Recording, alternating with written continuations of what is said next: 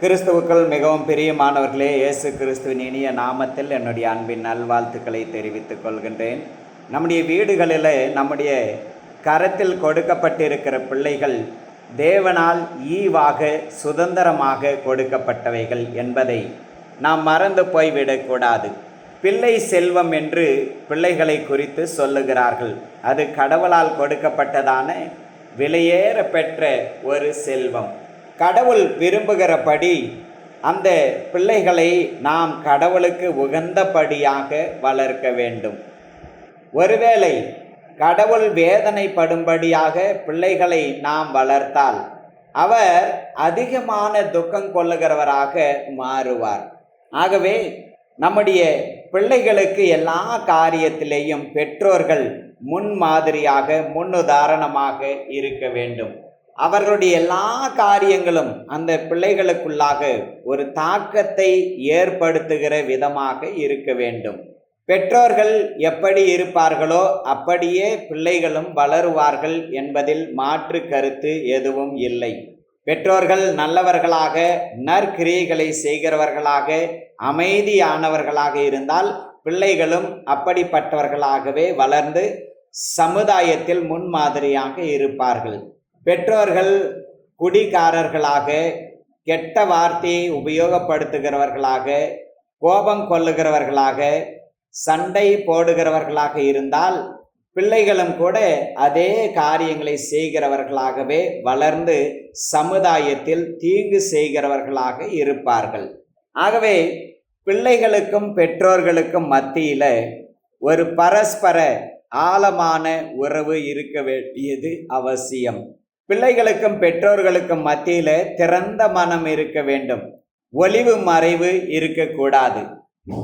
நம்முடைய வீடுகளில் பிள்ளைகள் நம்மை அதிகமாக பார்க்கிறார்கள். ஆகவே அவர்களுக்கு முன்பதாக எல்லா காரியங்களையும் நாம் கவனமாக செய்ய வேண்டும். கடவுளுடைய கிருபையினால 35 ஆண்டுகள் நான் தேவனுக்கு ஊழியம் செய்திருக்கிறேன். என்னுடைய ஊழிய அனுபவத்தில் நான் கண்ட ஒரு காரியத்தை உங்களுக்கு முன்பாக வைக்கிறேன். ஒரு மலை பகுதி, கடினமான இடம், படிப்பறிவு இல்லாத மக்கள். ஒரு 5 வயது சிறுவன் கைனி என்று சொல்லக்கூடியதான போதை பொருளை உபயோகித்தான். அதை உபயோகித்ததினால் அவனுடைய பற்கள் அனைத்தும் சொத்தையாக போய்விட்டது. அவனுக்கு பேசக்கூட தெரியாத அந்த வயதிலேயே அவன் போதை பொருட்களை உபயோகிக்கிறவனாக மாறிவிட்டான். அதற்கு காரணம் யார்? அவனுடைய பெற்றோர்கள். அவனுடைய தாயும் தகப்பனும் கைனி என்று சொல்லக்கூடியதான போதை பொருட்களையும் மதுபானத்தையும் உபயோகிக்கிறவர்களாக அவர்கள் காணப்பட்டார்கள். அந்த பையனுக்கு முன்பதாகவே அவர்கள் குடிப்பார்கள். பையனுக்கு முன்பதாகவே அவர்கள் அந்த கைனியை சாப்பிடுவார்கள். ஆகவே அவர்களிடத்தில் இருந்துதான் அந்த காரியத்தை அவன் கற்றுக்கொண்டான். தகப்பனும் மிகவும் சந்தோஷமாக அவன் கேட்கும் பொழுதெல்லாம் அந்த கைனியை கொடுக்கிறவராக இருந்தார். பாருங்க, இப்படிப்பட்ட பெற்றோர்கள் கடவுளால் கொடுக்கப்பட்ட பிள்ளைகளை கெட்ட வழியில நடத்துகிறவர்களாக காணப்படுகிறார்கள். ஆகவே பெற்றோர்கள் எல்லா காரியத்திலேயும் பிள்ளைகளுக்கு முன்பாக முன் உதாரணமானவர்களாக இருக்கிறபடியினால பிள்ளைகளுக்கு முன்பாக நாம் செய்ய வேண்டிய காரியங்கள் என்ன என்பது குறித்து இந்த நாளில் சில காரியங்களை நாம் பார்க்க போகின்றோம். 1 தீமோத்தேயுவின் புஸ்தகம் 2வது அதிகாரத்தின் 8வது மற்றும் 10வது வசனத்தை நான் வாசிக்கின்றேன். அன்றியும் புருஷர்கள் கோபமும் தர்க்கமும் இல்லாமல் பரிசுத்தமான கைகளை உயர்த்தி எல்லா இடங்களிலேயும் ஜெபம் பண்ண வேண்டும் என்று விரும்புகிறேன். அடுத்து 10வது வசனம் 11வது வசனத்தையும் வாசிக்கின்றேன். தகுதியான வஸ்திரத்தினாலும் நாணத்தினாலும் தெளிந்த புத்தியினாலும் தேவ பக்தி உள்ளவர்கள் என்று சொல்லிக் கொள்ளுகிற ஸ்திரீகளுக்கு ஏற்றபடியே நற்கிரியைகளினாலும் தங்களை அலங்கரிக்க வேண்டும்.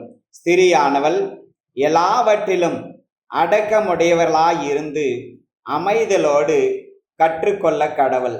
இந்த பகுதியில் ஒரு 5 காரியங்கள் கணவனும் மனைவியும் பிள்ளைகளுக்கு முன்பாக செய்ய வேண்டியதான 5 காரியங்களை பவுல் எழுதி வைத்திருக்கிறதை நாம் பார்க்கின்றோம். முதலாவது காரியம், பெற்றோர்களுக்குள்ளாக பரிசுத்தம் காணப்பட வேண்டும்.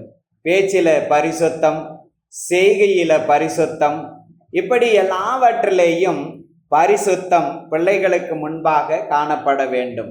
நீதி, நேர்மை, உண்மை, இந்த காரியங்களை பெற்றோர்கள்தான் தங்களுடைய வாழ்க்கையின் மூலமாக பிள்ளைகளுக்கு கற்றுக் கொடுக்க வேண்டும். அவர்களுக்கு முன்பாக நாம் நீதியை செய்தோமேயானால், நேர்மையாக வாழ்ந்தோமேயானால், உண்மையாக இருந்தோமேயானால் அவர்களும் அதே காரியங்களை பின்பற்றுவார்கள். எல்லாவற்றிலேயும் சுத்தம் இருக்க வேண்டும். யோபுவை குறித்து எழுதியிருக்கிறதை பாருங்கள். அவன் நீதிமானாய் மட்டும் அல்ல, நேர்மை உடையவனாய் காணப்பட்டான். கடவுளுக்கு பயப்படுகிறவனாக காணப்பட்டான். நீதி, நேர்மை, உண்மை, கடவுள் பயம் அவனுடைய வாழ்க்கையில தெளிவாக காணப்பட்டது. பெற்றோர்கள் இப்படிப்பட்ட காரியங்களை தங்களுடைய தனிப்பட்ட வாழ்க்கையில் கை கொள்ளும் பொழுது, வெளிப்படுத்தும் பொழுது, நம்முடைய செயல்கள் அந்த பிள்ளைகளுடைய இருதயத்தில் ஆழமாக பதிக்கப்படும். என் அம்மா அப்பா இருவரும் நீதியாய் நடக்கிறவர்கள். என் அப்பா வேறொருவருடையதை எடுத்து கொள்ளாதவர். என் தகப்பன் லஞ்சம் வாங்காதவர். என் தகப்பன் நியாயத்தை புரட்டாதவர். அவர் நேர்மையான வழியில பணத்தை சம்பாதிக்கிறவர். எல்லா காரியத்திலேயும் உண்மையாக இருப்பவர். பணத்துக்காக பொய்யை பேசி பிறருடையதை எடுத்து கொள்ளாதவர். இப்படிப்பட்ட வார்த்தைகளை நம்முடைய பிள்ளைகள் நம்மை குறித்து சொல்லும்படி நம்முடைய வாழ்க்கை இருக்க வேண்டியது அவசியம். ஆபிரகாமை பார்த்து ஆண்டவர் சொன்னார், உத்தமனாய் இரு என்று ஆண்டவர் சொன்னார். அவனுடைய வாழ்க்கை ஈசாக்குக்கு முன்பதாக உத்தமமாக இருந்தபடியினால ஈசாக்கும் உத்தமமான, நீதியான, நேர்மையான, உண்மையான ஒரு பிள்ளையாக வளர்ந்தான். அதை போலவே தானியேலையும் பார்க்க முடியும். விசுவாசமுள்ள பிள்ளையாய், பரிசுத்தமுள்ள பிள்ளையாய், உண்மையுள்ள பிள்ளையாய் தானியேல் வளர்ந்தான். காரணம், அவனுடைய பெற்றோர்கள் பிறரை வஞ்சிக்கிற காரியங்களை நம்முடைய வாழ்க்கையிலிருந்து நேரடியாக பார்த்தார்களே, ஆனால் நம்முடைய பிள்ளைகளும் வஞ்சிக்கிற பிள்ளைகளாக, ஏமாற்றுகிற பிள்ளைகளாகவே மாறிவிடுவார்கள். நம்முடைய கருத்துல வேத புஸ்தகம் கொடுக்கப்பட்டிருக்கிறது. அந்த வேத புஸ்தகத்தை வாசிப்பது மட்டுமல்ல, அந்த புஸ்தகத்தில் எழுதியிருக்கிறபடியே நம்முடைய வாழ்க்கையையும் நாம் கட்டமைக்க வேண்டும். இந்த வேதத்தில் எழுதப்பட்டிருக்கிறதான நீதியான காரியங்கள், நேர்மையான காரியங்கள், உத்தமமான காரியங்கள், உண்மையான காரியங்கள் நம்முடைய வாழ்க்கையில் நம்முடைய பிள்ளைகளுக்கு முன்பாக வெளிப்பட வேண்டும். ஒரு குடும்பத்தில் இருக்கிறதான தாய் தகப்பன் 2 பேருமே எல்லாவற்றிலேயும் சுத்தமுள்ளவர்களாக இருக்க வேண்டும். வார்த்தையில சுத்தம், செய்கையில சுத்தம், இப்படி எல்லா காரியத்திலேயும் சுத்தமுள்ளவர்களாக இருக்க வேண்டும். ஒருவேளை நம்முடைய பிள்ளைகள் தெரியாமல் தவறு செய்தாலும் கூட உடனடியாக அன்பு கூர்ந்து அதை நாம் திருத்த வேண்டும், சீர்படுத்த வேண்டும். ஒரு செல்போன் கீழே விழுந்து விட்டது. அதை ஒரு சிறு பையன் எடுத்துக்கொண்டு போய்விட்டான். தேடி கண்டுபிடித்து அவனுடைய வீட்டில் போய் கேட்டபோது அவனுடைய பெற்றோர்கள் சொன்னார்கள், இவன் எங்கேயே தேடி எடுத்து கொண்டு வந்தான், ஆகவே அதை கொடுக்க முடியாது. இந்த சிறு பிள்ளைகளுக்கு நீதியையும் நியாயத்தையும் கற்றுக் கொடுக்க வேண்டியதான பெற்றோர்களே அவர்களை தப்பான வழியில பணத்துக்காக நடத்துகிறதை கவனியுங்கள். பிறருடைய பொருளை திருடக்கூடாது, எடுத்து கொள்ளக்கூடாது. இப்படிப்பட்ட காரியங்களை எல்லாம் நம்முடைய பிள்ளைகளுக்கு நாம் தான் கற்றுக் கொடுக்க வேண்டும். பிள்ளைகளுக்கு முன்பாக பெற்றோர்கள் சுத்தமுள்ளவர்களாக இருக்க வேண்டும் என்று பவுல் சொல்லுகிறார்.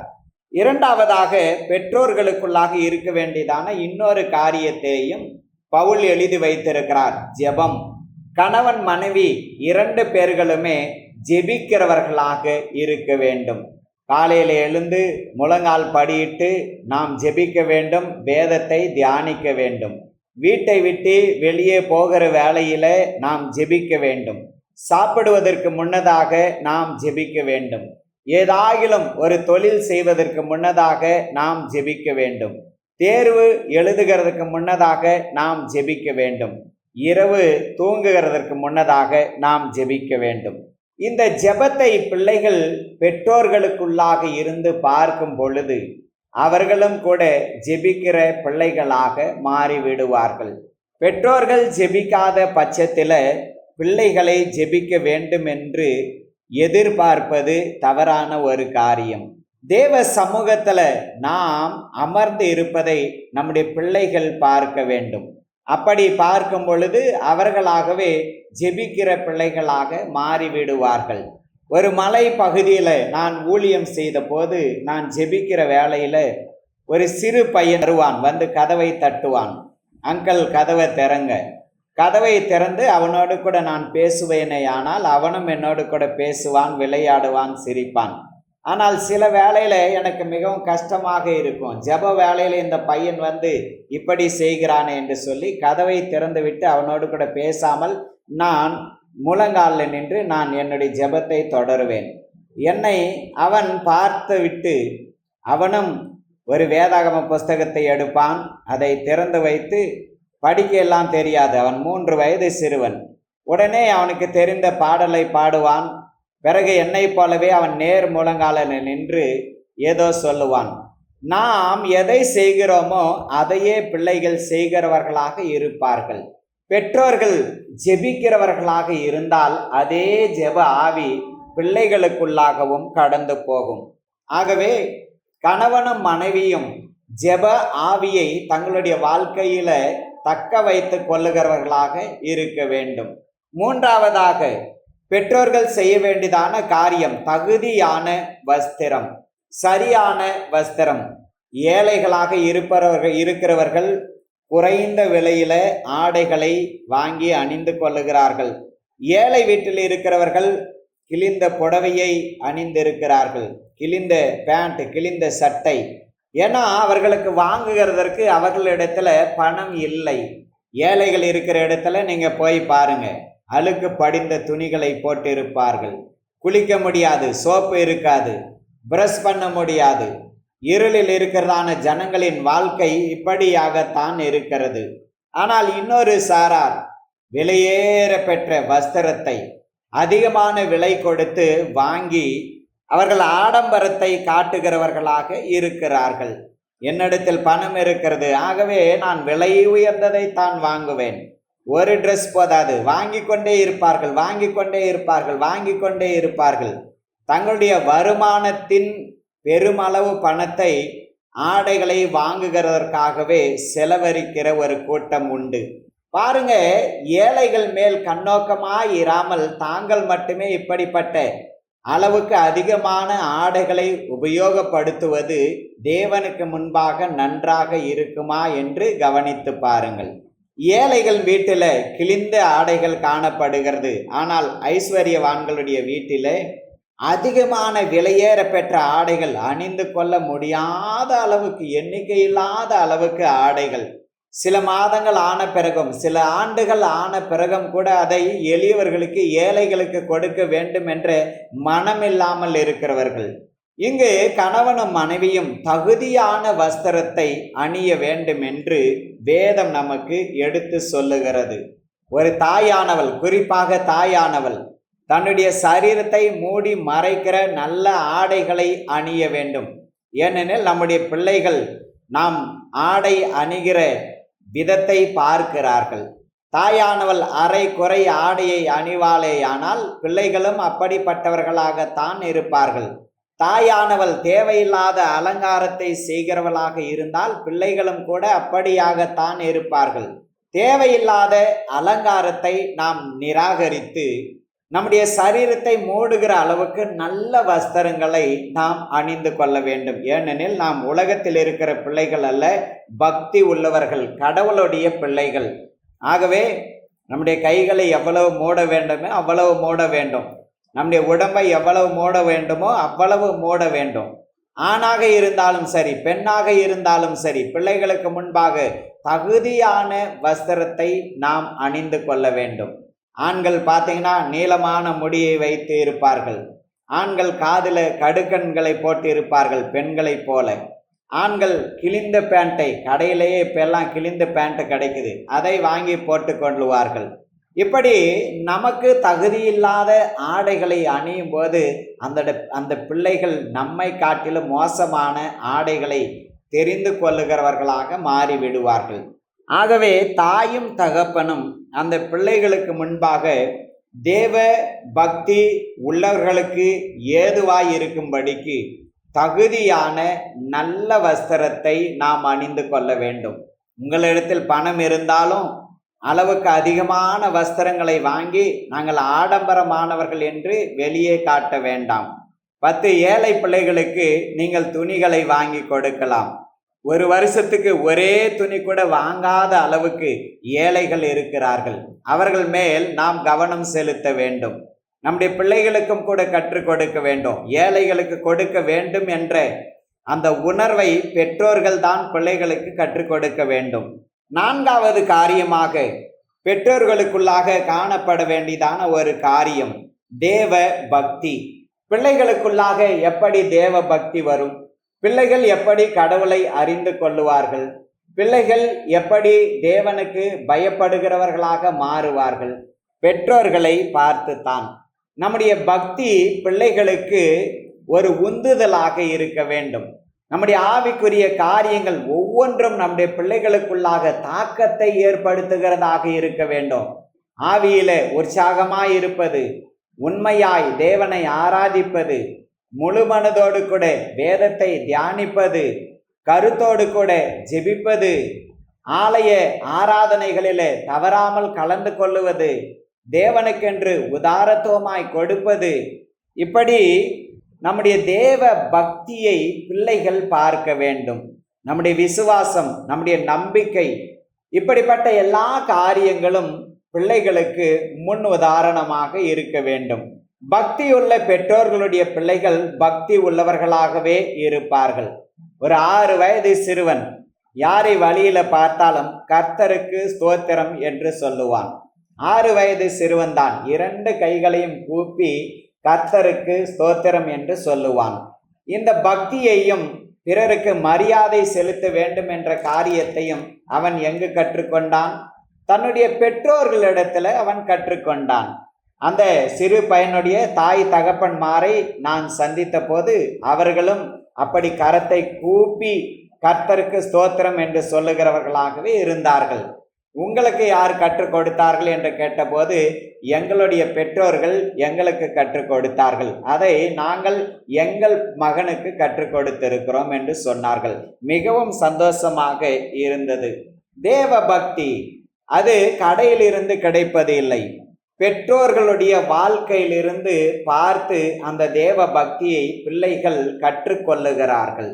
எல்லா காரியத்திலேயும் பிள்ளைகளுக்கு முன் மாதிரியாக நாம் இருக்க வேண்டும் என்ற காரியத்தை நான் உங்களுக்கு எடுத்து சொன்னேன். பக்தி உள்ள வார்த்தை, புத்தி உள்ள வார்த்தை, அடக்கம், அமைதல், சாந்தம், இந்த எல்லா காரியத்தையும் நம்முடைய பிள்ளைகள் நம்முடைய வாழ்க்கையிலிருந்து பார்க்க வேண்டும். தேவ பக்தி உள்ளவர்கள் அடக்கம் உள்ளவர்களாக இருப்பார்கள். தேவ பக்தி உள்ளவர்கள் நல்லொழுக்கம் உள்ளவர்களாக இருப்பார்கள். தேவ பக்தி உள்ளவர்கள் இரக்கம் உள்ளவர்களாக இருப்பார்கள். தேவ பக்தி உள்ளவர்கள் கனிவானவர்களாக இருப்பார்கள். எந்த அளவுக்கு தேவ பக்தியில வளர்கிறோமோ அந்த அளவுக்கு தெய்வீக சுபாவம் நமக்குள்ளாக இருந்து வெளிப்படும்.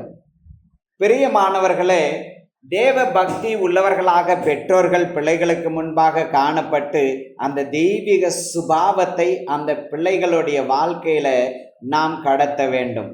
அப்போதுதான் நம்முடைய பிள்ளைகள் அல்லது வருங்கால சமுதாயம் உண்மையுள்ள சமுதாயமாய், பயப்படுகிற சமுதாயமாய், பிறரை கனம் பண்ணுகிற சமுதாயமாய் மாறும். தேவ பக்தி என்பது தேவ சமூகத்தில் ஆராதிப்பது மட்டுமல்ல, பிறரை கனம் பண்ணுவது, பிறருக்கு வந்தனம் செலுத்துவது, பிறரை நல்ல இடத்துல வைப்பது, பிறரோடு நல்ல காரியங்களை பேசுவது, இது எல்லாமே தேவ பக்தி தான். அதனால பிள்ளைகளுக்கு தேவ பக்தியை கற்றுக் கொடுக்க வேண்டும். வேத புஸ்தகம் எடுப்பது ஒரு பக்தியான காரியம், பிள்ளைகளுக்கு சொல்லி கொடுக்கணும். முழங்கால் படியுவது ஒரு பக்தியான காரியம், பிள்ளைகளுக்கு சொல்லி கொடுக்கணும். கரங்களை கூப்புவது பக்தியான ஒரு காரியம், பிள்ளைகளுக்கு சொல்லி கொடுக்கணும். அமைதியாக இருப்பது பக்தியான காரியம், பிள்ளைகளுக்கு சொல்லிக் கொடுக்கணும். சாந்தமாக பேசுவது பக்தியான காரியம், பிள்ளைகளுக்கு சொல்லிக் கொடுக்க வேண்டும். பிறருக்கு உதவி செய்வது பக்தியான காரியம், பிள்ளைகளுக்கு கற்றுக் கொடுக்க வேண்டும். கரைபடாமல் இருப்பது பக்தியான காரியம், பிள்ளைகளுக்கு சொல்லிக் கொடுக்க வேண்டும். பெற்றோர்கள் தேவ பக்தியை பிள்ளைகளுக்கு கற்றுக் கொடுக்க வேண்டும். 5வது காரியமாக நற்கிரியைகள் என்று பவுல் இங்கு எழுதுகிறார். பாருங்க, நல்ல காரியங்கள், ஏழைகளுக்கு இறங்குதல். ஏழைகளை பார்த்தால் நம்முடைய கண்களை மூடிக்கொள்ளக்கூடாது. அவர்களுக்கு இறங்க வேண்டும் என்ற காரியத்தை பெற்றோர்கள் தான் பிள்ளைகளுக்கு கற்றுக் கொடுக்க வேண்டும். கண்ணில்லாதவர்கள் போனால் அவர்களுக்கு உதவி செய்ய வேண்டும். ஆடை இல்லாதவர்களுக்கு ஆடைகளை கொடுக்க வேண்டும். நாம் செய்கிற நல்ல காரியங்களை நம்முடைய பிள்ளைகளும் கூட நம் மூலமாக கற்றுக்கொண்டு வருங்காலத்தில் அவர்கள் சமுதாயத்தில் நல்லவர்களாக வாழுவார்கள். ஏழைகளுக்கு எதை செய்தாலும் அதை கடவுளுக்கே செய்கிறோம் என்ற உணர்வை பெற்றோர்கள் தான் பிள்ளைகளுக்குள்ளாக ஊட்ட வேண்டும். பணக்காரர்களாக கடவுள் நம்மை வைத்திருப்பது எதற்கு? ஏழைகளை நாம் கண்ணோக்கி பார்க்கும்படியாகத்தான். நம்முடையது நமக்கே என்ற சுயநலத்தை பிள்ளைகளுக்கு கற்றுக் கொடுக்க கூடாது. நம்முடையதை பிறருக்கு பகிர்ந்து கொடுக்க வேண்டும் என்ற நற்கிரியைகளை பிள்ளைகளுடைய மனசுல பெற்றோர்கள் ஆழமாக விதைக்க வேண்டும். பிள்ளைகளுக்கு சொல்லிக் கொடுங்கள். மற்றவர்களுக்கு கொடுக்கும்போது அதில் கேட்டு சந்தோஷப்படுங்க. ஏன் கொடுத்த? நான் கஷ்டப்பட்டு சம்பாதிக்கிற பணத்தை ஏன் மற்றவர்களுக்கு புஸ்தகம் வாங்கி கொடுத்த? ஏன் ஏழை பிள்ளைகளுக்கு துணி வாங்கி கொடுத்த என்று சொல்லி திட்ட வேண்டாம். சந்தோஷப்படுங்க. எங்களுடைய மகன் ஒருவன் இருக்கிறான். கஷ்டப்பட்டு தான் அவன் படிக்கிறதுக்கு நாங்கள் பணம் கொடுப்போம்.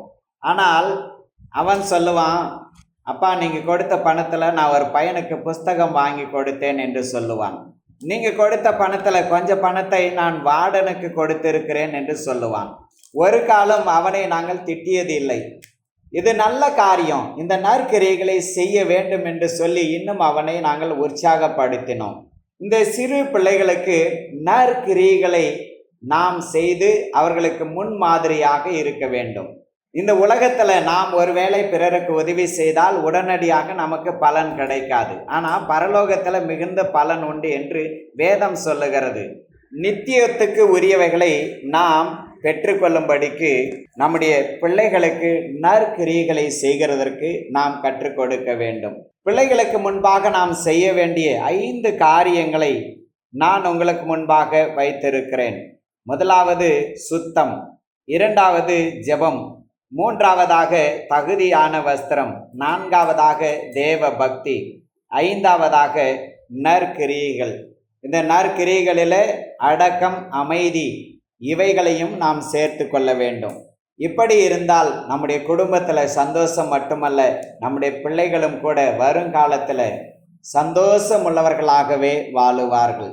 நாம் செய்ய வேண்டியதான இந்த 5 காரியங்களை செய்கிறதற்கு கடவுள் நமக்கு ஒத்தாசை செய்யும்படியாக ஜெபிக்கலாமா? இரக்கமுள்ள நல்ல தெய்வமே, நன்றி சொல்லுகிறோம்.